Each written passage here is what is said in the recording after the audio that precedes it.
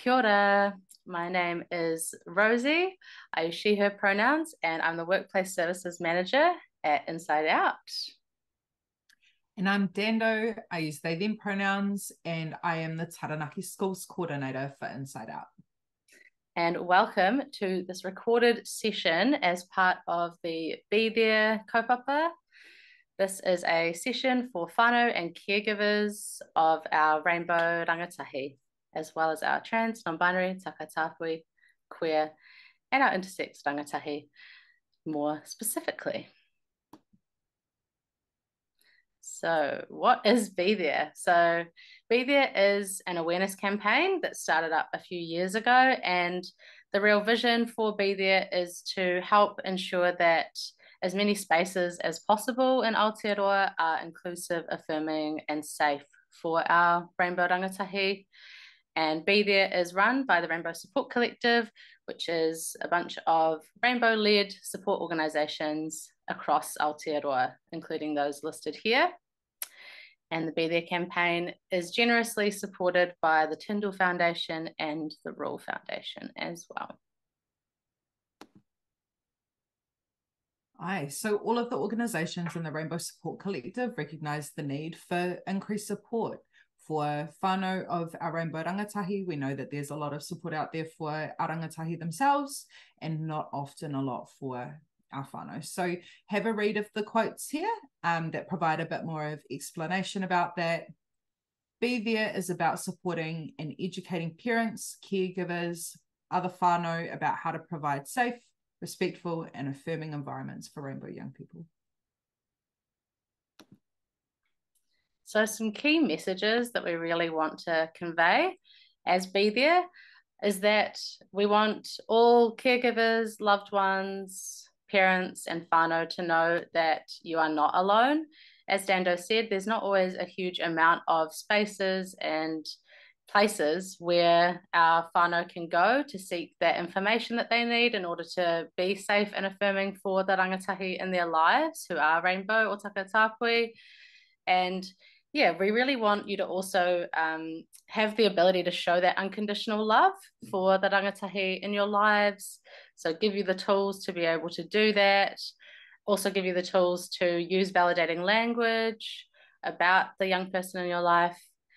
We also want to encourage you to hold that space and honour the boundaries of the rainbow rangatahi that you know and love. And that includes, you know, having these expectations of other whānau as well to treat your young person with respect and honour who they are. We want you to know that you don't actually have to get everything. You don't have to have an encyclopedic knowledge and know absolutely everything about the identities and experiences of your young person, but you do have to be there. You have to be a presence that is willing to do that learning and to show up for your young person. We also want to give you the tools to actually help your young person access support in various spaces, whether that's school, healthcare, engaging with any services or community that they are involved in to make sure that they are getting what they need. So the content of this session, as well as our live sessions, which we have run a couple of and we'll hopefully be running a few more of, is co-created by a bunch of people from the organisations mentioned earlier and whose logos are in the corner here. So all of the content has, been fed into by other rainbow, trans and intersex organisations that are a part of the Rainbow Support Collective. Aye. So a few key terms. We understand that language for the rainbow community is ever evolving and it can be hard to keep track of everything. We're not going to provide an exhaustive list because that wouldn't necessarily be helpful, but there are a few key terms that we're going to provide some further information for. So the term rainbow is a term that's used to include anyone with a gender and or sexuality that's different to the majority norms. So that and sex characteristics as well.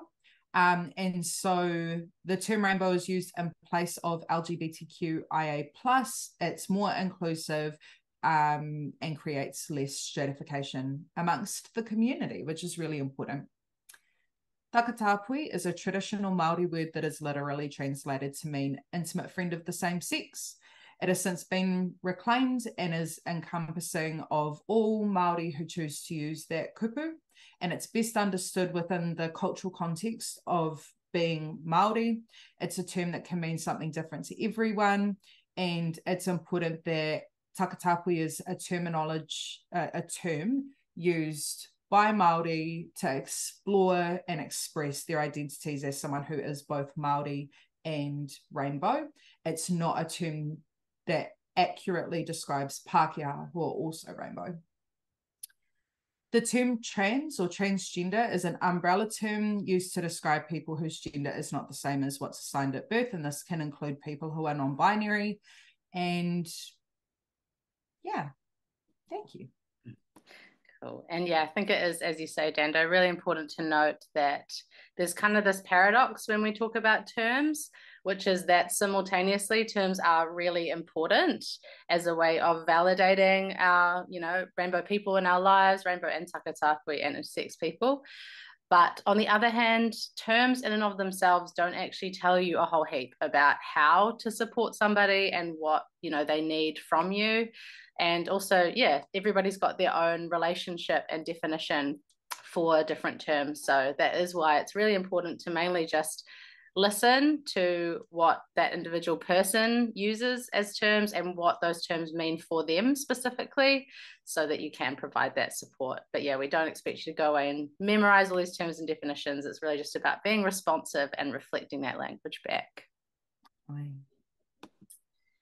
Cool. So yes, another term that you have heard us use so far in this session is intersex. So just to clarify, when we say intersex, we are describing up to 40 different variations that are naturally occurring that somebody might possess that could classify them as being intersex. So there's so many different ways that a variation of sex characteristics could show up for somebody, and that could be related to their hormones, their chromosomal makeup, their reproductive organs, or their anatomy, so including their genitalia as well. But yeah, it looks really different depending on the individual's experience and the variation that they possess. So the intersex experience is really varied. And I think it's important to note as well, not all people with intersex variations consider themselves to be part of the rainbow. So there are those who are intersex who feel that being intersex means that they are sitting under that rainbow. For other people, they are intersex as well as holding rainbow identities. So in that way, they're part of the rainbow. But for others, they don't see their intersex variation as including them in this community. So again, it's really up to the individual what their experience is and how they relate to the term intersex or rainbow. As well, some people who are intersex, could be classified as intersex, may not use the term intersex. They may have been given a specific diagnosis or be told that they have a certain variation, but they may themselves not use that term intersex. So again, just really, really varied. But yeah, we're not going to go heaps into intersex experiences and supporting intersex young people, because our lovely friends at ITANS, Intersex Trust Aotearoa New Zealand, have already done that. And you can actually watch a recording of that at bethere.nz/workshops if you are curious to learn a bit more and expand your understanding of intersex experiences, and also just gain some knowledge about how to support intersex loved ones as well. So really encourage you to check that out. So one of the most challenging things for us as parents of trans kids can be navigating our own feelings. So we have some suggestions here that you might find helpful. First, acknowledge and work through your own feelings and fears. We can experience feelings of change and of grief when our young person comes out to us and says that they want to transition. It can feel like we are losing a child or losing our little boy or our little girl. The truth is that they have been this person forever and we've loved them all along. We can and we should think about separating out our projected fears that are caused by social stigma and experiences of discrimination, and our very valid and important fears and concerns. So that can be, our valid fears and concerns can be things like worrying about our young person's safety, worrying about their well-being when they're at school, worrying about how their friends might treat them, and fears that are about stigma and discrimination. We will know what that means for us and how that feels on the inside. It's important to consider that your young person may be working through some really big thoughts and feelings themselves, and to be there for them and to love them through that. It's okay for us to share our feelings, but it's also really important that we don't burden our young people by making them responsible for our feelings or overwhelming them with our fears and our anxieties. Lastly, we can use the resources that we will share in this workshop to help us as parents navigate our experience. And you can also call Outline or check out the Outline website. Cool. So yeah, another really important element of being supportive of our Rainbow and takatāpui young people is honouring the boundaries again and protecting the privacy of your child. So yeah, coming out and transitioning are processes that look really different for every person for a number of different reasons. And for some people, you know, they may see that as one kind of big event where they're announcing that. And for others, that is, you know, not a linear thing. There's, you know, lots of different stages of that process for people. And, you know, oftentimes as people in rainbow communities, we talk about coming out as being like a lifelong process, you know, as well. So yeah, it's really about just holding that space for your young person to do that thinking and reflecting about how they want that to look, and let them be the ones guiding that process. So that includes, actually choosing who you are out to, but also who you're not out to. That's, you know, a really important thing to make sure that our young people have that privacy, have that safety. Sometimes people will use different pronouns or different names in different contexts. So it's really good to check in with your young person and say, hey, you know, thanks heaps for sharing with me that you are wanting to use this language.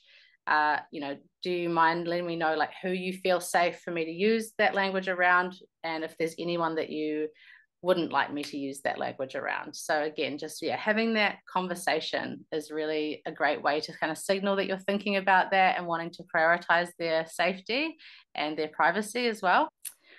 So sometimes people might say, I'm part of the rainbow or LGBTQIA community without kind of going further into it. So again, it's important to be person-centered and just center that young person. If they're deciding to only share that amount of info, just respecting that, and also sitting with that, you know, kind of discomfort sometimes of wanting to know more and being curious, but actually just respecting, okay, you know, they've shared this with me and that's great. And, you know, I'll let them share anything else with me as they want to, or if they want to. So that's a really important thing to keep in mind too. And they might be just figuring it out and exploring as well. So they might not want to really commit to something really specific as well. So just respecting that. In different contexts, you might have to, talk to or address your child differently. So this relates to what I mentioned before about using different language in different contexts, including name and pronouns. So just practicing at that, because that can be a bit difficult, keeping that in mind when you're talking to different people or if you're in different spaces. So doing that practice will really help you to get that right. And also asking, you know, another loved one who that person does feel comfy to be out to practice that with them. So you've kind of got that, you know, accountability person, and you got someone else to chat to. It's really important to not disclose stuff about your child without their permission.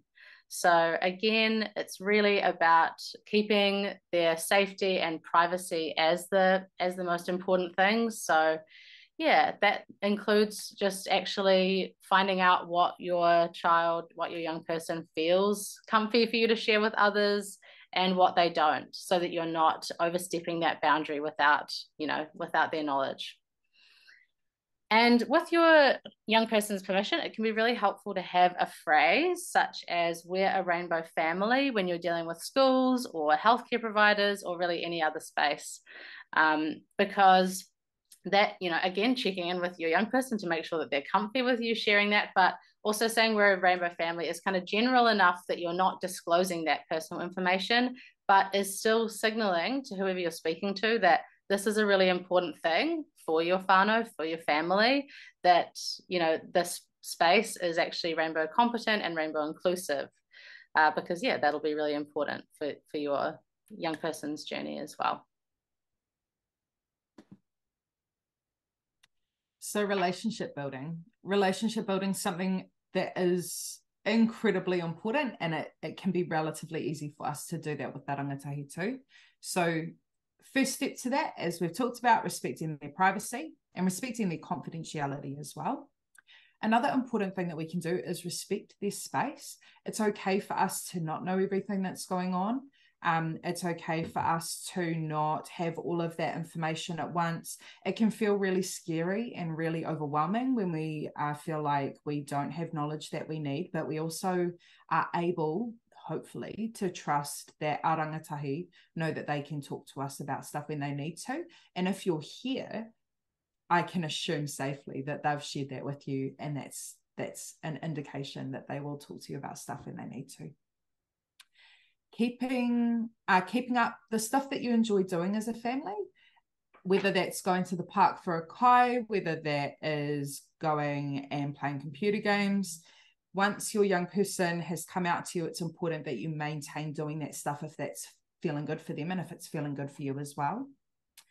Another thing that you can do is learn about the rainbow community on your own. So we've got some examples of different ways you can do that here. For example, watching Disclosure on Netflix.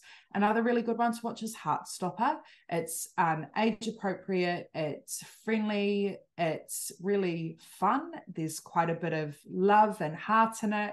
And it's a nice, easy introduction to the experiences of rainbow young people. Another thing that we can do is follow rainbow orgs and advocates on social media. It can be a really easy, digestible way to receive information and to keep up to date and to keep involved with the changing language and changing ideas. Engaging with resources on the Be There website. Please do that. This is why we've developed this content to support you in your whānau. Another really important one, and perhaps maybe the most important thing on this list, show unconditional love in your actions and your words. And that can be anything from a reassuring hug and a kiss to sitting down and having a meaningful conversation about how you love your young person and how you support them. Lastly, and definitely not least, try to create positive relationship moments. Take opportunities whenever you can to reinforce the positive nature of your relationship and to build on that love and connection when you can. Cool. So we now invite you to participate in this little reflective activity to try and really kind of embed what we've been talking about, especially around relationship building. So if you have a pen and paper handy, or, you could pop it in your notes on your phone, whatever works. Or just make a note of, this activity to do later on. Just take a few minutes to write down 3 positive things that you and your young person can do together. So thinking about what Dando said, it doesn't have to be something really specific to their, rainbow identity. It could be, just anything that that they're really passionate about and interested in. So that you can really just deepen that trust and that bond so that, that young person does feel really comfy to come to you if they ever need. So just having a little pause here so that you can yourself pause this recording and then have a think about this.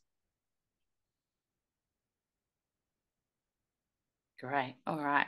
We'll move on. Awesome. So we're going to have a bit of a conversation now about some of the challenges that we can face when supporting our young people and some of the challenges they can face as well. So there may be times where you wish that your young person, it's really natural for us as parents to feel stress or to feel distress and discomfort and to wish that the young person would make changes so that we didn't have to go through this and so they didn't have to go through this. But it's important that we recognize that the issue isn't within our trans young people. We're not broken for being trans. The problem is in our society for being stigmatizing and discriminatory.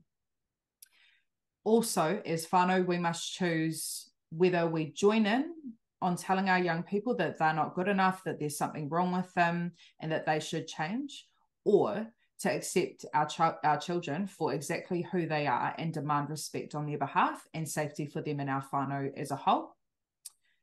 This can be particularly difficult with our own extended families or our friends, our whānau. I strongly encourage that you stand true to what you believe in and you stand true to your love for your young person. A way to do that is to be searching for common ground. So a really helpful tool to use when having conversations with whānau can simply be to say, what is it that we want for our rangatahi? What do we want for our young person? We want them to thrive. We want them to have access to what we need.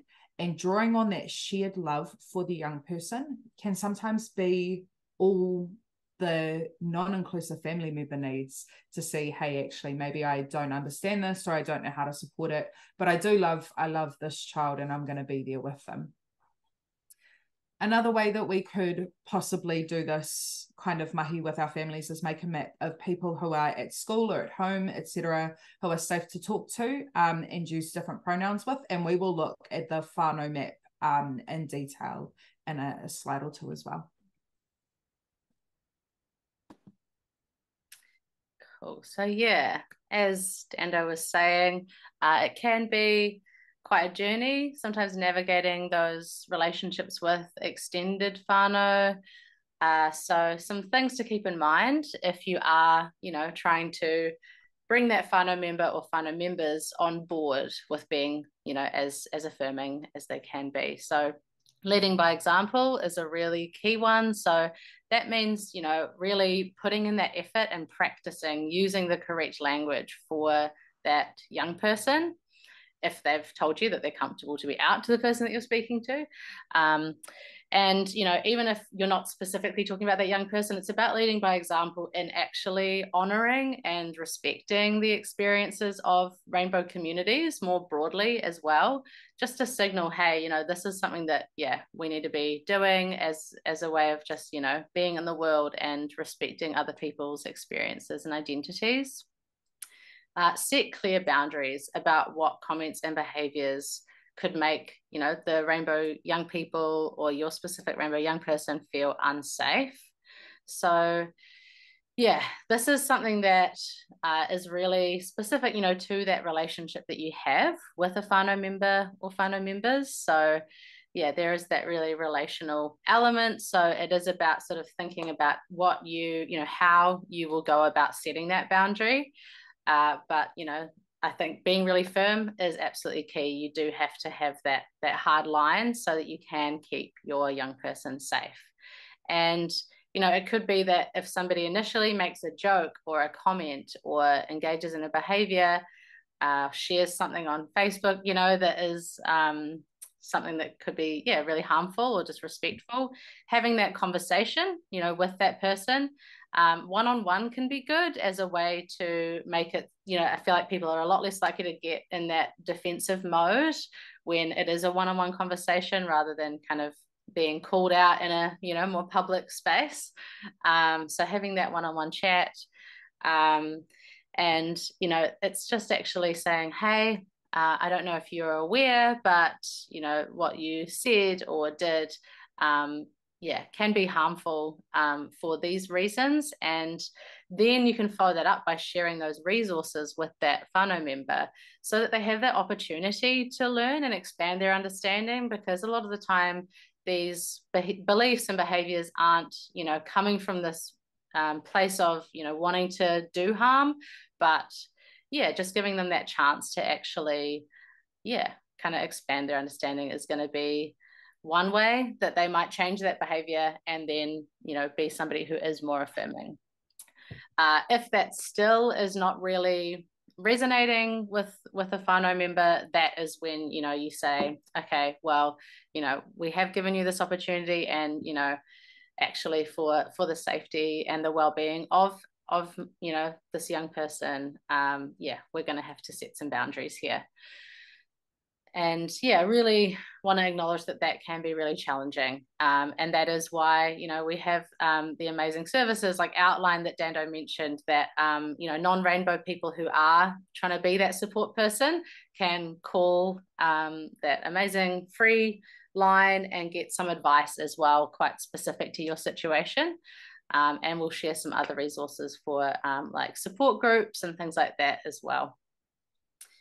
Bring it back to safety and aroha. So again, as Dando said, finding that common ground can be a really powerful way for other people to, you know, come on board as well. So that's about reflecting on, yeah, you know, what do we want for our rainbow and our takatāpui and our intersex rangatahi as well. We want them to, you know, not feel shame about who they are, that we want them to be proud of who they are. We want them to thrive. We want them to, you know, be able to realize all the potential that they hold, and yeah, just honor their, you know, their reality. And, you know, we know through so many examples and through research that, you know, being actively affirming is a key way to do that. So you know, making that clear to people that this isn't, you know, just like some little thing. This is something that is known to be really, really beneficial and important to the hauora of our rangatahi who are in these communities. Aye. So the whānau map that we spoke about before is essentially a diagram. It can be any kind of illustration or any kind of articulation of the people with whom our rangatahi want to share information about their lives. So all rainbow people choose to decide who they tell, when they tell them, and how they're told and what they're told as well. It's really important that we as whānau or as caregivers, parents, whatever, no matter who we are to this young person, that we're not disclosing this information without their consent. And that when we do have their consent, we're only disclosing what they've consented to. Some people find it helpful to make a map of people at school, their friends, whānau, and other people in their lives to help them remember who does and doesn't know. And I think we have an example. So here we have an example of a way that you could do a whānau map. We've got one group of people who, yes, this young person's comfortable with them knowing. We've got another group of people who know I'm explicitly not comfortable with them knowing. And some people in the middle who perhaps that young person isn't so sure about, doesn't know where they stand, doesn't know if they're ready to tell them. And that's k'topia. There's no expectation that any young person or any person for that matter will have an exact answer and exact knowledge about how they want their coming out to go or their experience to be, and that's all right. And yeah, this map might change over time, as you say, Dando, because yeah, they might, you know, upon reflection or upon having further conversations with certain people on this map, actually, you know, bring some of these question mark people into the yes section, or, you know, vice versa, or yeah, have different, like, you know, spheres for different, you know, areas of the young person's life. So it's really, yeah, you can make it your own. And the most important thing to do here is keep talking to your young person. So keep open lines of communication so that if this does change, they can share that information with you as quickly as they're ready to, as to avoid any unnecessary harm or situations, uncomfortable situations that might occur. Cool. Yes. So let's pause here, have a think of some examples of whānau challenges that you may have encountered in relation to supporting your loved one, and the ways that you approached these challenges. Be really mindful of the ways that you overcame the challenge, less so focusing on the challenge itself and more so focusing on what you did to navigate that challenge, because that's where our strengths are, and that's really exciting. Right, so school. So yeah, it's really important that school is a safe and supportive place for all young people. And when it comes to our rainbow and takatāpui and our intersex ākonga students, this can, be a bit of a journey, as somebody who is trying to do that support. So we've got our lovely schools coordinators at Inside Out, such as the amazing Dando here for the Taranaki region.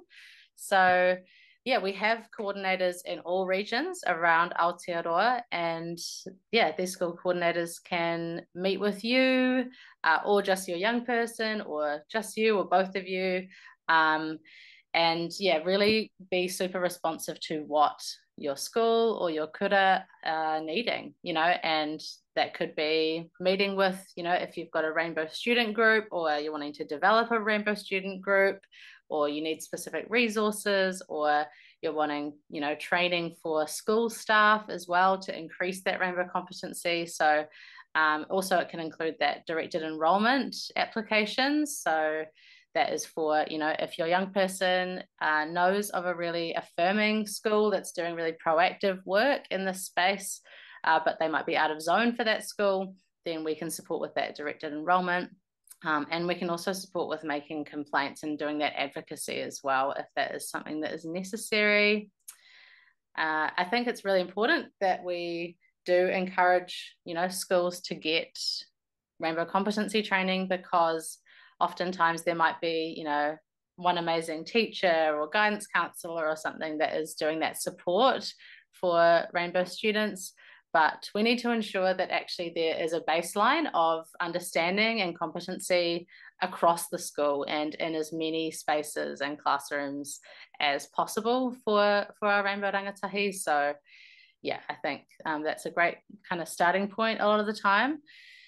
But yeah, we also have heaps of awesome resources on our website, some of which have Ministry of Education endorsement and were developed in kind of with support from them too, and others that we've developed independently in kind of response to what we've been hearing from young people and from staff as to what's needed in this space. And yeah, that can include, not just those sort of one-on-one interactions of school staff that can be kind of fed into with that training, but it can also be actually looking at that structural level and looking at the policies and procedures and processes of the school to ensure that they are actively considering rainbow rangatahi's well-being, and that they're receiving also rainbow inclusive education that is, in line with best practice and guidance that has been put out by the ministry. So those are really great places to check out if you're wanting to look a bit more into that. And then, there is, legislation and guidance from places like the Human Rights Commission, the Health and Safety at Work Act, and the Ministry of Education. And our resources have kind of tried to, really do a deep dive into those places and then take out the information that we really need as it relates to rainbow students. So, but yeah, if you want to check out those pieces of legislation, that can be a really great thing to do as well, but also our resources do speak to those as well. Anything you want to add to this part, Dando? Just that our schools coordinators really care. We really care about providing awhia and tautoko. There's not a lot when it comes to schools that we can't help with. If a school is on the waka and keen to get that support, please don't ever hesitate to reach out. It's very much our job. It's very much what we love to do. And yeah, you can find the email addresses of all of our schools coordinators on our website. So yeah, and we will share that website at the end of this session. Aye. So bodily autonomy, consent and self-determination. These are some things that can actually be really challenging for rainbow young people, takatāpui and intersex young people to navigate. It's important that you and your young person have the right support and information when looking at options for healthcare. It's important that your young person feels listened to and respected throughout this process. If it comes back to what Rosie was saying about centering the people at the heart of the mahi, if we put our young people's aspirations and their wants and their desires at the centre of our advocacy and support for them, they'll thrive. So the right to bodily autonomy and informed consent are key aspects of best practice when it comes to healthcare. This is especially true for intersex and trans young people. A lot of the time, these young people do not get to make unilateral decisions. We don't get to make unilateral decisions for ourselves about our health, our care, our well-being. A lot of the time, decision-making powers are held by medical professionals or our parents, and other structures and systems, and not us. And we deserve to have that autonomy, right to self-determination, right to consent. And consent is key to that.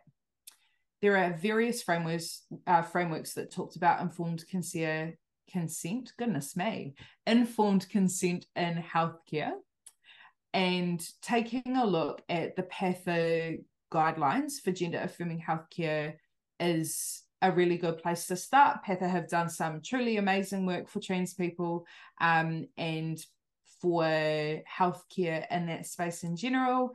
Very exciting mahi that they've done, and taking the opportunity to perhaps explore within your community for safe GPs who are queer friendly, having a bit of a relationship with the endocrinologist or pediatrics team at the hospital can be really helpful, because sometimes they can help with gender affirming care.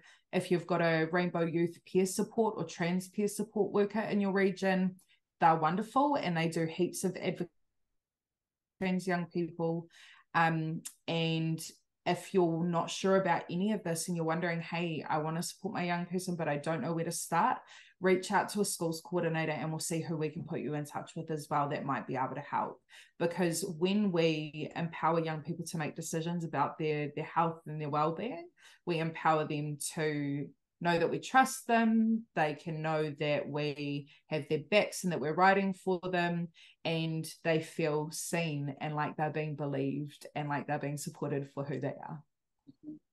Yeah, I'll also add that Minorities Aotearoa does amazing mahi, doing that one-on-one support and that really tailored support, and they can do that if you live in Te Whanganui-a-Tara in the Wellington region. They have a drop-in centre, but also they can do that over the phone, over email, and yeah, they've got amazing knowledge of navigating our health system. So yeah, really recommend having a chat with them as well if you do have any questions or are just wondering how to start. You know, it can all feel a bit daunting, and there's like kind of different little places you can get snippets of info, but the team at Gender Minorities Aotearoa are awesome for supporting with that navigation too. So let's take another pause. Let's have a think about what are some of the things you've done or could do to ensure your young person's safety in different environments. You don't have to spend too long on it. Just have a little think, because again, this is about building tools and skills for future. So yeah, that could be in a schools context while liaising with a school, or it could be being at your GP with your young person, or it could be in any other kind of space. Cool. All right. And then we come to our resources page. So as we kind of said at the beginning, a big part of Be There is just providing a jumping off point for loved ones, whānau and caregivers to actually learn what areas they can go to for specific aspects of support. So Be There is kind of a hub that does hold resources that are relevant to various aspects of supporting and affirming your young person, but also NZ Parents and Guardians of Trans and Gender Diverse Children New Zealand is an amazing group that is led by parents and caregivers that can be a really great place to seek that information, seek answers to questions you might have, and just also that companionship and that community, because as we have said, it can be hard to feel like there is actually other people having similar experiences to you. So actually just connecting in with those who have, who might be at different points, in their own journey with a young person in their life or with their child, can be a really great source of support and information as well. Takatāpui.nz is an amazing hub that holds beautiful resources that are about tangata takatāpui and their experiences. Growing Up Takatāpui Whānau Journeys is an amazing resource that looks specifically at, kind of people coming into their takatāpuitanga and, what that experience has been like for them and other whānau members, and acknowledging that, it isn't an individual journey, it's a journey that is taken by, that young person, but also those who love them and are, in proximity to them. So also, Let's Talk, a resource guide for parents, which was a resource put together by Outline, who we've mentioned a couple of times. Really recommend checking that out. That is on their website, and it's also on the Be There website, I believe. Help, Is My Child Transgender is a resource by GMA that, again, just kind of provides some guidance and reassurance as well for, parents and caregivers of our trans whānau. So really recommend having a look at those if you feel like they'll be of help to you in your own journey and in your own kind of research. And this is a list of some of the national organisations that are out here providing care for our rangatahi and our tamariki. So obviously us at InsideOUT Aotearoa, Outline do a combination of different phone therapies or web chats, which is run by Rainbow people for Rainbow people. It's very exciting. Gender Minorities Aotearoa, who we've already spoken about, can offer some support to families of trans people. Youth has resources for whānau and young people. They also provide a variety of different peer supports. And Intersex Trust Aotearoa is an intersex-led organisation committed to providing support, resources, education and advocacy for intersex people, whānau and allies.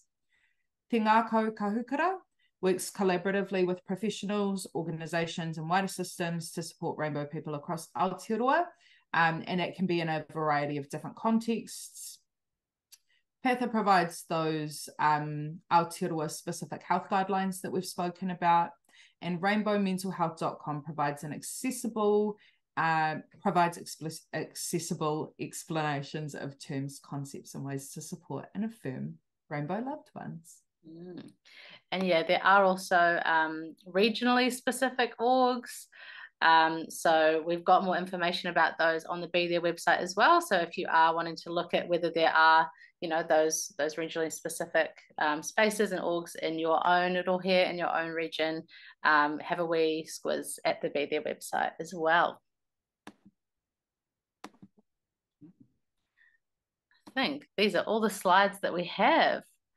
So we're really, really grateful to all of you who have tuned in and listened to this recording. We hope that you found the information valuable, and we just really encourage you to engage with the resources and the organizations that we have discussed today. And we hope that it's inspired some positive kind of reflection for you as you're thinking about how to kind of be the best champion for the rangatahi in your lives. And it's just important to remind, for me to remind everyone who is going to be consuming this kind of content, that you're doing awesome. Thank you for doing what you need to do for your young people to be able to support them in the way that they deserve. That's awesome. This is a really good, whether it's a starting point, whether you're halfway through this adventure with your whānau, doesn't matter. It's amazing. Thank you. And to just gently encourage that we always try to remember that our rangatahi know themselves best. They're their own experts. They know what they are thinking and what they need, even if they don't always know how to articulate that or how to make sense of what they're feeling. They're still their best experts, and all we can do is support them while they move through this time in their lives, or these times in their lives, by on their own with support. Yeah, and yeah, we're always here to support with, you know, your support. You know, just know that there are organizations who are trying to do this work to make Aotearoa safer and more affirming, and yeah, just a space where all of our rangatahi can really thrive. So yeah, just as you said, Dando, massive mahi to those of you who are really putting in the mahi. Awesome. Thank you. Ngā mihi nui. Aye.